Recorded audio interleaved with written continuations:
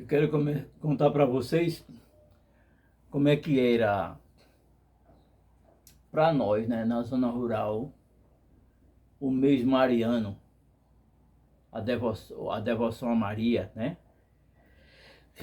Porque nós somos brasileiros e temos muito do Império Romano. E, inclusive do Império Romano é que nós temos essa tradição tão forte do catolicismo nas terras brasileiras, né? Então é assim, quando eu era pequeno, então, em algumas casas, era da zona rural, as pessoas lá não havia matrizes, não havia grandes capelas, era longe para ir à igreja católica para se rezar o terço, né? A Virgem Maria. Então, em muitas casas na zona rural, tinha aquelas pessoas devotas. É bom que se diga que naquela época quase todo mundo professava uma devoção por determinada entidade católica, por São Sebastião, né? Por São Pedro, né? Por Padre Cício, e mais por Maria principalmente, né? As diversas nomenclaturas que se deu a Maria, né? Mas a das mais devotadas naquela época era da Senhora de Fátima, né? Senhora de Fátima, Senhora de Lourdes. A Fátima, que é oriunda lá da França, e lá de Lourdes, que é oriunda de Portugal, onde, segundo a crença, ela apareceu ali a 3 pastores crianças, né? E algumas pessoas viram, e ali hoje tem uma catedral, né? Uma basílica em homenagem a, a Maria de Lourdes, né? E aqui no Brasil as pessoas têm essa devoção a Senhora Aparecida, né? Mas era assim, eu saí da zona rural, eu tinha em média de uns 6 anos, 6 a 7 anos. Mas mesmo assim que eu tinha de 5 anos mais ou menos, em várias áreas daquela região, tinha aquelas pessoas que eram líderes assim religiosos. Eram aquelas pessoas que no mês de outubro, né, novembro, faziam romarias a São Severino do Ramo, romarias a Juazeiro do Norte, né? E essas pessoas geralmente, muitas dessas pessoas tinham um oratório aqui, como esse aqui, ó, que era encomendado ali ao marceneiro, né? E o marceneiro com muita arte, feita essa peça que tem aqui, que ela é muito antiga, essa peça aqui. Então isso aqui até eu botei, né? Eu botei à venda porque devido a... Eu tenho um outro muito mais bonito e maior, que posteriormente eu vos mostrarei. Mas é assim, as pessoas, elas falavam com minha mãe, eu, Dona Maria, deixa o Sebastião ir comigo para... A gente vai para um texto lá no sítio lá em Guilherme. Aí minha mãe pegava e deixava. Mas antes de irmos, ela ia ali ao seu jardim. Minha mãe sempre gostou de plantar rosas, plantar cravos, diversos tipos de cravos, né? Cravos de várias cores, rosas de várias cores. Minha mãe gostava de pedir para nós levarmos ali alguns buquês de flores para lá ser oferecido, entregue lá para o altar de Maria, naquela casa daqueles religiosos. E ali, quando a gente chegava, ali tinha logo na entrada daquela casa, tinha uma bandeira hasteada ali, né, no mês junino, em homenagem a muitas pessoas. E uma coisa que tinha naquela casa, o terreiro era muito bem limpo, muito bem lavado. E com pouco, assim, antes de começar o texto, as rezas, as cantigas, soltava-se muitas girândolas. E ali uma coisa que era interessante, que cada noite tinha um noiteiro, né? Ainda mantém essa tradição, né? Na Igreja Católica. Durante os 30 dias do mês de maio, tem ali, cada noite tem o seu noiteiro. E lá tinha esse tal de noiteiro, né? E ali cada pessoa tinha uma noite que ele era quem levava as flores, era quem levava vela, era quem dava uma oferta, era quem, muitas vezes quando ele sabia, ele tinha a prioridade de rezar o terço, né? De puxar o terço. Então eu até naquela época aprendi. puxar o texto, né? Isso aí é uma coisa que eu vou falar para vocês. Mas assim, o que eu achava interessante é que naquela área a gente não tinha a Bíblia. Se tivesse eu me lembrava, mas eles usavam o catecismo, né? Todo mundo tinha o catecismo. Inclusive eu tenho alguns catecismos, inclusive catecismos em latim. Por quê, Sebastião? Era porque naquela época as rezas nos textos nos sítios, na zona rural, era cantado em latim.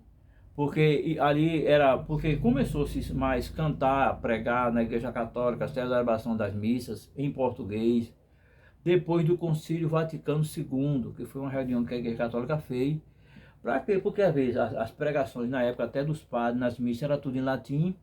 Os padres celebravam a missa olhando para o altar, não ficavam olhando para a comunidade, para as pessoas que estavam na igreja, olhavam olhando de costas para as pessoas, de frente para o altar, porque ele não podia ficar de costas para o Santíssimo Sacramento, aquela coisa toda, né? E depois houve a reunião, porque assim, o evangelismo, eles chamavam, o protestantismo estava crescendo muito na terra, e havia essa preocupação do clero de Roma. Aí diziam, por que Roma estava perdendo seus membros, né? Perdendo tanta gente saindo do catolicismo para ir para o protestantismo? Era porque também uma das evidências era que as cerimônias, as pregações era tudo em latim, e as pessoas não sabiam o que era que o padre, que ali, que, né, os catequistas, estava pronunciando. Então, a gente ali, inclusive eu tenho a Bíblia em latim, também possuo catecismo em latim, né? Então ali, as rezas, as rezarias, eram todas em latim. E aí, às vezes, porque o latim, ela é uma língua oriunda, o português é uma língua oriunda do latim, né? Então existem várias línguas que são oriundas do latim, né? E nós podemos classificar aqui o português, o francês, o espanhol, né, e o italiano. Essas 4 línguas vieram do latim, porque Portugal faz parte da Península Ibérica, a área que foi dominada ali por Portugal, por Roma, né, e nós fomos vamos assim, fundados, nós fomos colonizados por portugueses, é por isso que nós falamos português, né, uma língua oriunda do latim. Então, naquela época, a gente entendia de muitas coisas, muitas coisas que os padres falavam, algumas coisas, né? Mas nós não entendíamos tudo. Então, houve essa decisão no Concílio Vaticano II, como se fosse uma reforma, para que fosse os cerimoniais, as pregações, as missas, os missais, já vinham todos ali em português, como no dia de hoje. Então, dando ênfase aqui aos noiteiros, era bom, porque assim, quando a pessoa era assim, muito humilde, levava consequentemente pouquinha coisa, levava umas velas, levava umas flores, que era muitas vezes tirado dos seus próprios jardins, né? Não era comprado como eu tinha comprado lá na feira para levar para a igreja. As pessoas plantavam e todas as casas no sítio sempre tinha, né? As mulheres no sítio sempre tinham pés de rosas, não era tipo de flores. Então ele fazia os seus buquês e ofertavam e mandava ali para aquelas casas, na zona rural, aquelas casas muitas vezes de taipa, que eu ia quando era criança, casa de taipa, e as telhas eram aquelas madeiras roliças, aquelas telhas, mas na sala estava ali. Era muito normal em muitas casas, além de ter muitas estátuas de santos, né?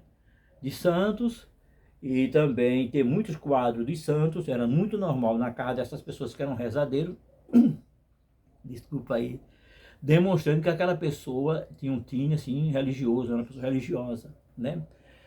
Até eu chamo a atenção aqui para esse oratório que está aqui. Aqui nós vemos aqui, porque os cartiçais, ele eram mais assim, existem muitos cartiçais de biscuits naquela época, né? Mas muitos eram de bronze, porque o bronze, inclusive esse crucifixo é de bronze, porque o bronze era muito utilizado antes de haver a cultura do gesso, né? Então essas peças aqui são antiquíssimas, né?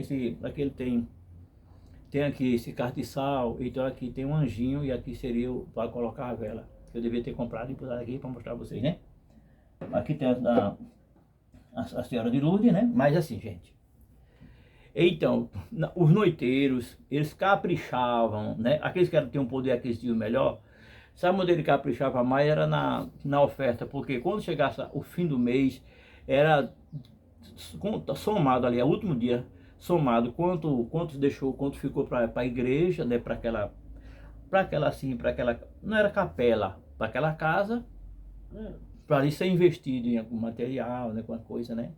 E algumas ofertas eram levadas para a capela da comunidade. Pronto, aí os fogos era que eram Deus nos acuda, né? Os estrondos da giranda, dos fogos, aquela alegria toda, né? Quando terminava aquela cerimônia, estava ali lá no terreiro da casa, aquela mesa de madeira bruta, né? Com aquele lençol branco assim, né? E onde tinha tudo quanto era de comida boa. Aí eu aproveitava. Tinha ali ponche, né? Geralmente ponche de maracujá era a predominância. Não faltava o bolo de mandioca, que é uma delícia, é muito utilizado na zona rural, né? E o noiteiro mais forte ficava muito orgulhoso, porque dizia quanto ele contribuiu, né? Quanto, né?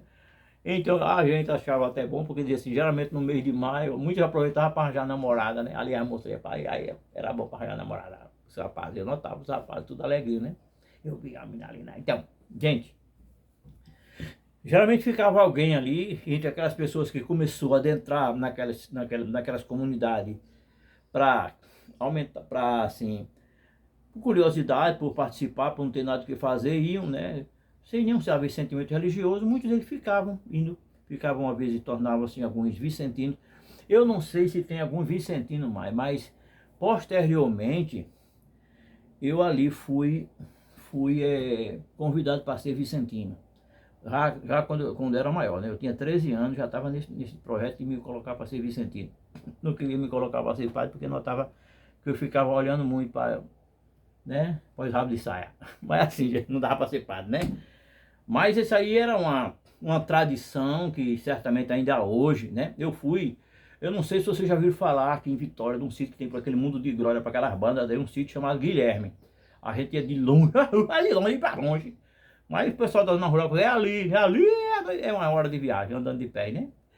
E terminava, vinha todo mundo alegre, né? Todo mundo feliz, prometendo no próximo ano estar lá novamente, né? Para aqueles cerimoniais. Então, tchau para vocês, até mais. Se Deus nos permitir, amém.